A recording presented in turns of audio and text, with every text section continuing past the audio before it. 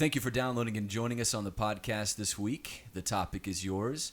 We've got an exciting guest tonight, a man obsessed with triangles. So buckle up because, trust me, you're going to want to stay to the very end on this one. Clint, go ahead and roll it, my friend.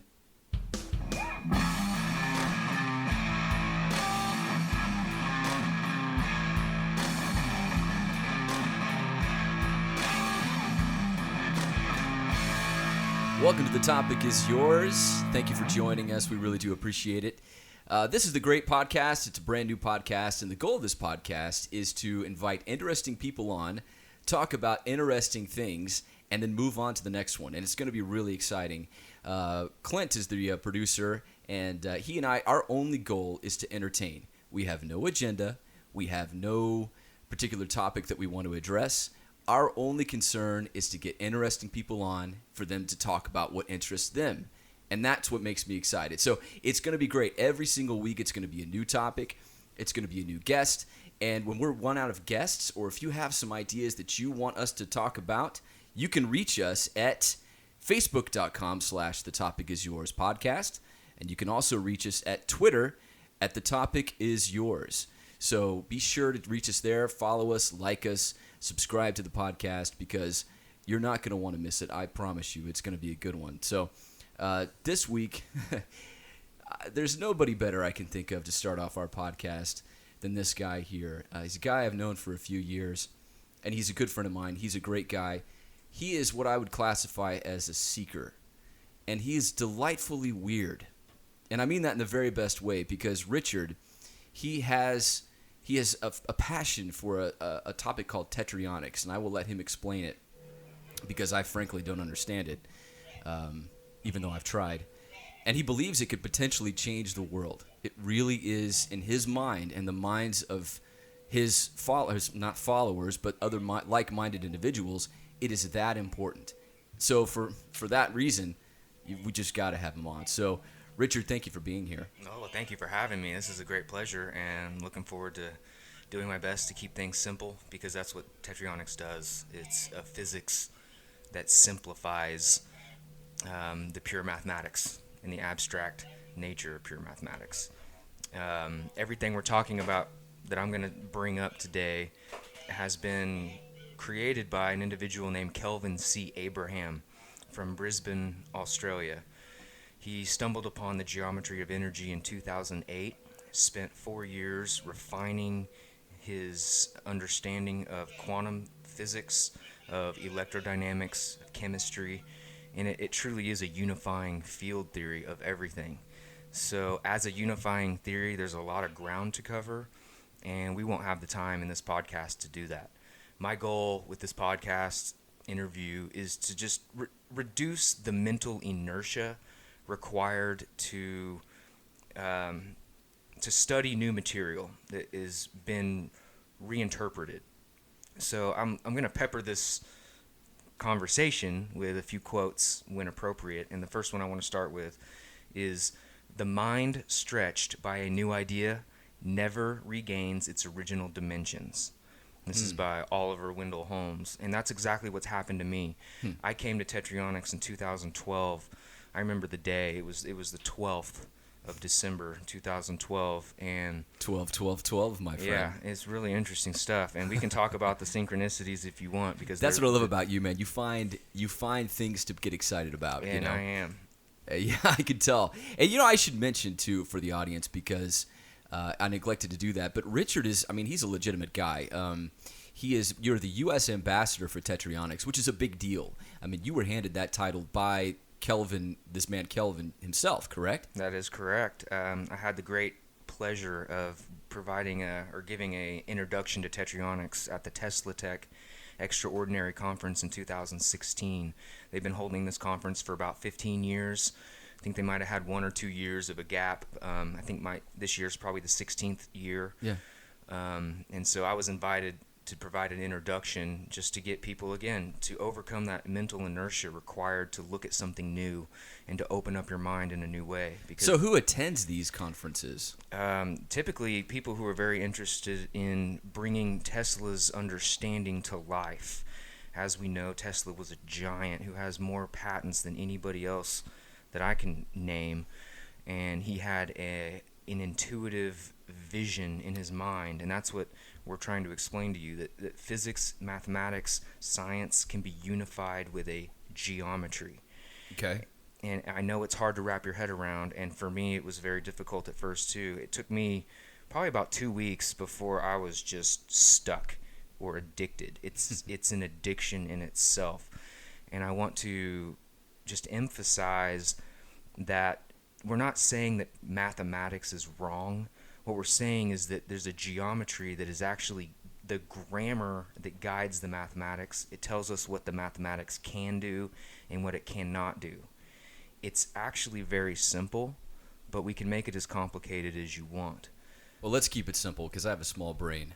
No, I understand. That first quote does not apply to me. All right. Well, you are expanding your mind very, very slowly. Very slowly. Okay, so let me think. Okay, so you've already talked about a lot, and I'm already overwhelmed. So you mentioned Tesla, his ideas. When I think of Tesla, I think of that Tesla coil. Is that the same Tesla? It is. Okay. Hey, you're laughing at me. Listen, man, I'm an idiot. Well, there's a whole lot to say about the Tesla coil, and again, I want to emphasize that I am not the originator of Tetryonics or Tetryonic theory, but I have been studying these things for I've been interested in physics and mathematics and science my entire life. So there's a lot of reinterpretation, and there's something we have to communicate to humanity in order for us to actually take advantage of the technologies that have already been discovered by what I call the great giants, the mental giants that have gone before us. Okay. Because what's happened is we've relied on this scientific understanding in mathematics, which is a language. You need to understand that mathematics is a language. What we're trying to express to people is that energy is a geometry. It happens to be equilateral triangular geometry. And that's the grammar that shows math what it can do and what it cannot do. Okay. And without that grammar, we have misinterpreted a great many things in science. Okay. And we can talk about those things and what Tetryonics points out that's a little bit different. But really, it's unifying. And I really want to focus on this idea of unity. Because, as you know, the physical sciences has pretty much focused all its effort on material things, form, chemistry, things that are physical. But what Tetryonics does is it brings a unity of spiritual and physical in a certain aspect. And then also my studies in religions and in arcane philosophies, going back to alchemy and just going back to these amazing, intelligent human beings throughout history. There is a unity of understanding that we can communicate to people and that I find to be of great value, and so do many of our other students. There's probably about between 7,000 and 10,000 other students of Tetryonics, and although Kelvin has done the heavy lifting, there is a wide open landscape of discovery that anybody with some free time and a little bit of imagination, you could actually discover something and be published in a scientific journal. And it really Have you been published? Not specifically. My work. Oh, I thought you had. I'm sorry. My work is more of just a personal seeking. I've been a curious individual my entire life. It literally started when I was 3 or 4 years old. And so this has been a lifelong process for me. It was Tetryonic materials that lit the light bulb under my brain. Huh. And I cannot recover. And I'm just trying to share the love because there is a new intuitive field to help everybody understand what's really going on with nature, the wheel work of nature, as Tesla would describe it. And we're actually upgrading Einstein's understanding of things, and many academic individuals will roll their eyes at what we're trying to do, but with enough time and enough kind of one-on-one instruction, we can correct the erroneous assumptions of mathematics as we go along. All right. So you mentioned that you are obviously a journalist. You consider yourself a journalist, and you just want to share the love. And so to that end, you've created a website. Is that correct? Yeah, the websites I have created are more of just taking stock of my own progress as I've looked at this material. Tetryonicstheory.com, and I'm working on a revision to the website, but there's a lot of material there. And 98% of the material on that website is coming from Kelvin directly and the interactions that I've been blessed to experience with him. We've spent 4 years together, exchanging emails and getting on Skype. And he actually, he traveled to the Tesla Tech conference. Last year from Australia, his first trip to the United States, and I got to meet him face to face. We had an amazing time. It's a memory that I'll never forget. Okay, so give me some examples. Okay, so one of the things I've always not understood, but I've always had the understanding of, if that makes sense, if you can understand the distinction there, is that your study of Tetryonics does not. You mentioned that it's kind of a disruption in a way, but it's also a unification in others. But it's not so disruptive that 2 plus 2 does not equal 4. Is that right? It's just a way of reaching that conclusion a different way or more efficiently? Talk on that. Yeah, absolutely. What we're saying is that the equilateral geometry of energy actually produces the square numbers of physics. And so there's 3 ways to communicate information to people. We have a verbal way, which we're expressing right now. There's a visual way, and there's a mathematical way. Tetryonics is foundationally visual. And as cliche as it sounds, a picture paints 1,000 words. And Tetryonics shows you more about a system of studying energy. Tetryonics has about 2,500 pages in a 5-volume magnum opus. It's literally unbelievable that a single human being has been able to do this, but he's only been able to do this because of the giants that have gone before. The reinterpretation looks a little bit different to people, and it can be a little bit offensive at times or create that cognitive dissonance where it's like, oh, this can't be true. A little bit of disbelief, like there's no way that there are triangles below or behind the sine waves of physics. But even when you look at alchemy and look at the air, wind, earth, water, those were triangular relationships. You look at spirituality and the religions of the world, you've got this Holy Trinity concept, the law of 3. And what I'm trying to suggest is that all these things dovetail together, and that spirituality and science need not be mutually exclusive. I like that. Okay, Richard, we're going to take a quick break, but we'll be back. Can you can stick around for another segment, right? Well, absolutely. As long as you guys need me, I'm happy to. All right. Be here. Clint, let's go to commercial, okay? And welcome back. Thanks for sticking with us. Richard, thank you for being with us in another segment. During the break, you were telling me about, obviously, triangles and how triangles, we see them all the time, but we kind of take them for granted. And I was wondering if you could give me some examples of how we see it maybe in pop culture that people can recognize and relate to. Well, as a child of the 80s and somebody who played a lot of Nintendo growing up, Zelda Triforce is actually a really good place for people to understand that what we call the tessellated fields of equilateral triangles add up. There's a total quantity of squared numbers. So that the Zelda Triforce actually has 4 triangles, but the first level or first row has 1, and as you expand that triangle, you get 3 triangles on the bottom, and you count the total, and you end up with 4, which is 2 squared. And again, this is where English and language and verbal communication fails, and that it's a perfect example of how geometry is king, how math is okay but not perfect, and how English and words are simply approximations that need refinement. So if I take a triangle and I double its size and then I start chopping it up into smaller and smaller triangles, you end up with a squared number. So 2 squared is 4, but 3 squared is actually 9. And if you extend your triangles to 3 rows, you will count 9 triangles in that tessellated field. And that's what nature does. This whole idea is to reveal the nature of reality in our physical world.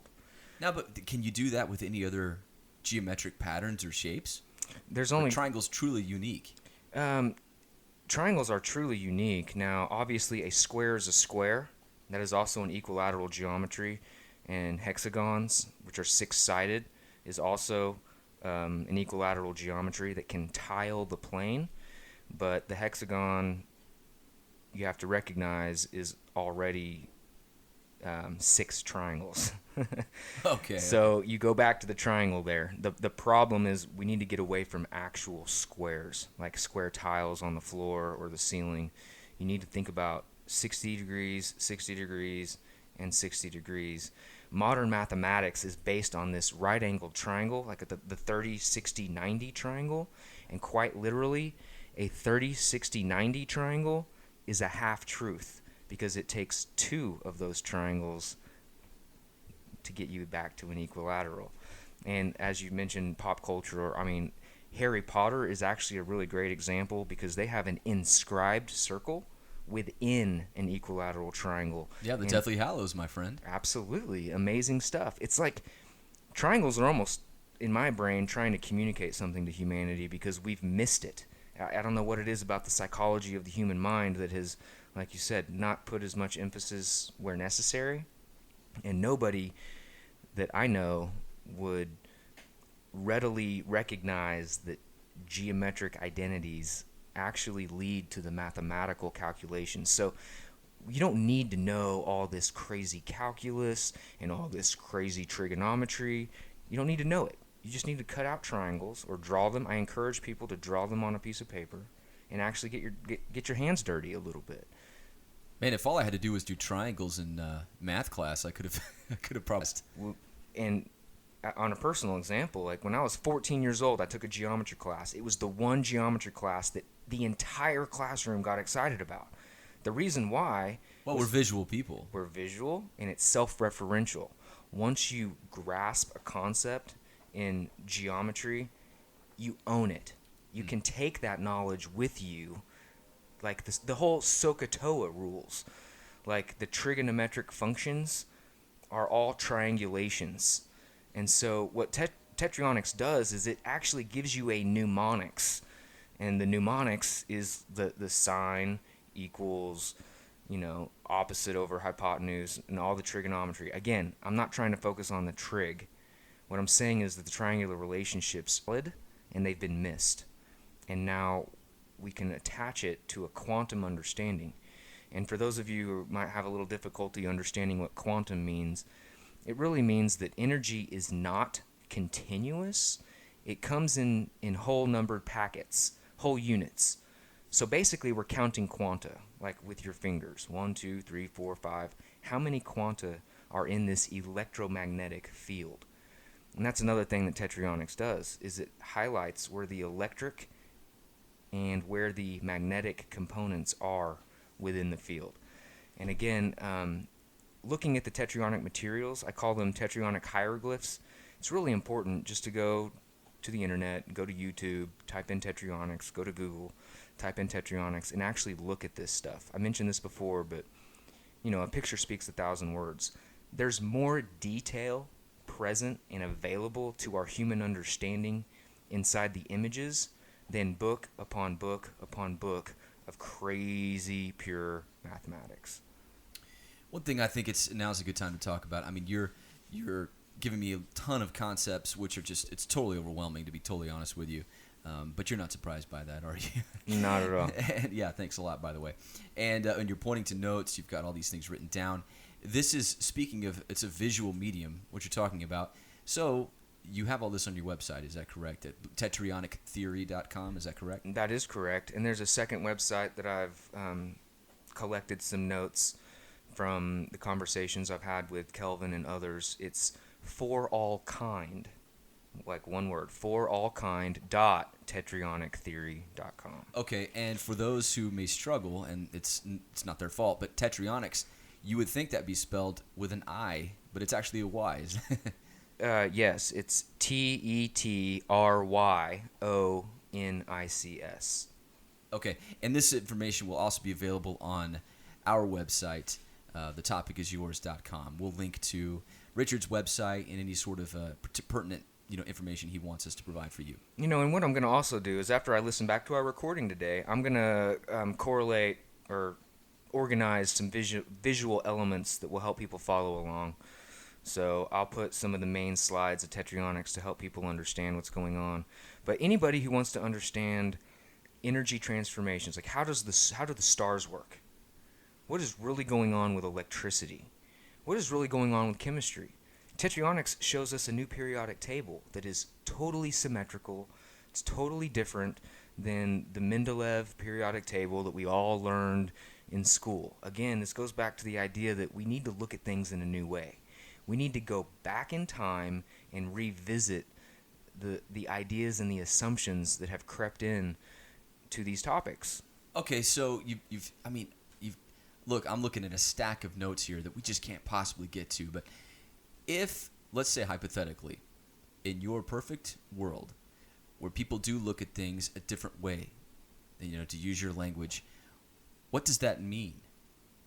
What sort of ramifications do you envision for humanity right now? Well, I think everybody would be interested in having a cell phone that you never had to charge, or a house that had its own power plant. Okay, now it's getting interesting. The idea of free energy and like over unity machines and mechanics, that comes into play. But what Tetryonics is really doing is showing us how energy transforms between its two-dimensional triangles, but then it moves into a tetrahedral topology of matter. So we can look at Plato in the ancients, and they talked about atoms. They're really the first civilization to communicate that reality in matter has a form, a physicality behind it. And he came up with the Platonic solids, but nobody since then has really explicitly given the answer that matter is a tetrahedron. We are beyond the idea that the quantum world is a microscopic miniature solar system with electrons orbiting a central nucleus, and this idea of spherical point charges, and this idea of electron orbitals. Tetryonics gives you a new way of understanding all these things, and the math backs it up, and the geometry is what guides the answer. So we're trying to say that there's a big difference between mass energy and the matter topology, and it's the failure of modern physics to figure this out that has led to all these crazy ideas like time travel and black holes and the warping of space-time. All these things are wrong. So you're disputing those? Yes, we're disputing a whole bunch of stuff. Another thing we're disputing is Heisenberg's uncertainty principle. Because when you look at the tessellated fields of equilateral energy, a normal distribution runs down and runs down the bottom. So let's just go back to the Zelda Triforce, where you have 4 triangles. A normal distribution is defined by a bell curve, but that bell curve is really just a plotting of points. So we have 1 triangle, we have 2 triangles, and then we have 1 triangle. But as that field increases, we have 1, 2, 3, 2, 1. As we increase again, we have 1, 2, 3, 4, 3, 2, 1. The probabilities of quantum mechanics that led people to think that the universe was probabilistic in nature and was fuzzy, it's not fuzzy. We're back to Newton's deterministic clockwork universe at the quantum level. Fuzziness is out. There is no fuzzy dice, as Einstein. Einstein was not a proponent of quantum theory because of this fuzzy nature. And Tetryonics actually shows you mathematically a whole slew of things that, again, we don't have time to get into now. I'm trying to reduce the inertia for people to realize that there is validity, there is power, there is insight into the electromagnetic universe available to us today, and new technologies will result. Well, that sounds pretty that sounds pretty incredible. I mean, I'm just completely blown away, and I know that you're holding back. I can see it, I can feel it, because I've talked to you before, and once you get going, there's no stopping you, which is great. But again, what I want to talk about is you have all this stuff online and you're not profiting from it. You consider yourself a Tetryonic evangelist, and you just want to get the word out. The idea to this entire Tetrayonic project is we are gifting the world with knowledge about how reality is structured. And it's been so confusing, and these concepts of energy have been so nebulous. Kelvin is retaining the copyrights to his work. And as you know, you can't really patent natural processes. So there's nobody's going to come in on the scene to create this new energy device and try to charge trillions and trillions of dollars for you and your country to benefit from these 100% energy conversions. Really, this is about the betterment of all kind, and we are at a threshold in humanity. It's not difficult to look at the horizon and the landscape of our world and realize that something's not quite right. And a lot of that is a result of a misunderstanding of our environment. It's like a fish in water. Does a fish know that he's swimming around in the ocean? No. Does humanity know that there's an ether? Yeah, some people think there's an ether and some people don't. But that's what Tetryonics is showing us. We're going back to ether. There's a pressure from all the starlight that you see in the night sky. What's happening inside of stars is these tetrahedrons are being collapsed into their equilateral radiant energies at 100% conversion. Fusion is very, very inefficient. What Tetryonics shows is that nature is supremely, perfectly efficient, and we can give you this understanding of how to build efficient machines to power your devices, to power your home, to power your planet without fossil fuels. All right, nice. Richard, man, we got to go. I'm sorry, but you've done, really appreciate you being here. It's super interesting, fascinating. One more question, just a yes or no answer, because you've talked so much about Kelvin, and it's obvious that you revere this man. Do you consider Kelvin to be on the same plane or even superior to, an Elon Musk? Because they both seem to have idealistic and wonderful visions for the future and ways to make the future better. What do you think? Yes or no? Is he on the same plane, or is he better? That might not be a yes or no question. It's not a yes or no question. Well, give me an answer. I would suggest that because of Kelvin's willingness to gift this information to the world outside of the confines of business and corporate profits, that he's way above that situation with Elon Musk. But that's not to negate the idea that Kelvin needs to interact with that business-minded person. This is what happened with Tesla. Tesla was willing to gift his knowledge to the world, but Edison was trying to make it into a business. Very nice. And it takes both sides of the same thing in order for things to really happen and manifest in the world around us. So that was a terrible question, but you gave me a wonderful answer. Thank you very much. And thank you again, Richard.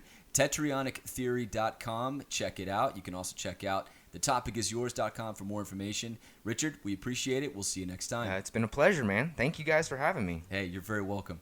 We're going to take a quick break, and then we'll come back to wrap things up. And welcome back. Thank you for listening.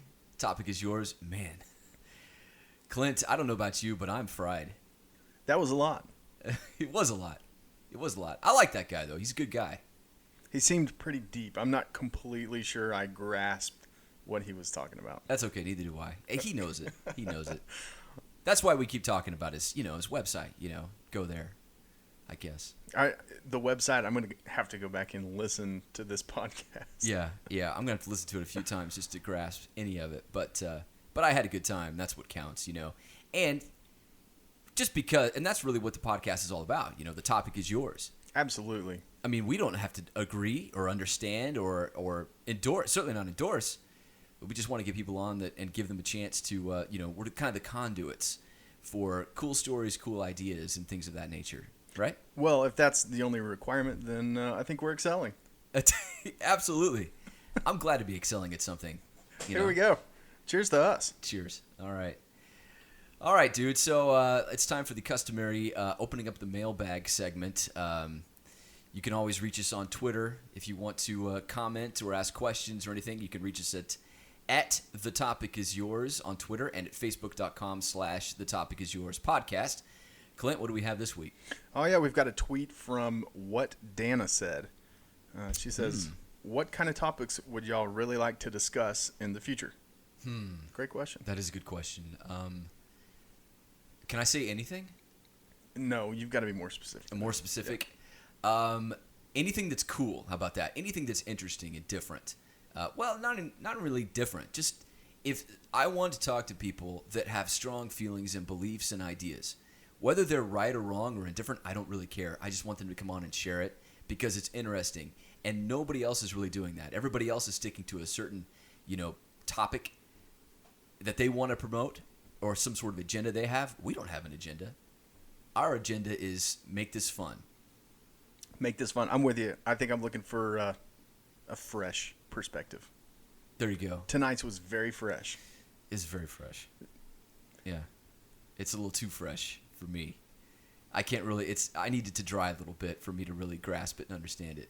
But that's okay. I had a good time. So, again, thank you to Richard Blankenship for coming on. Really nice guy, really smart guy, and kind of out there, but also at the same time really enjoyable, really genuine and unique, which I guess is what we want here on the podcast. So thank you for tuning in this week, and we'll be back next week. We hope that you are. We'll have another wonderful guest. Great conversation. Be sure to Facebook us, tweet us, and check out our website, thetopicisyours.com. Until then, this is Birch signing off. Thank you very much.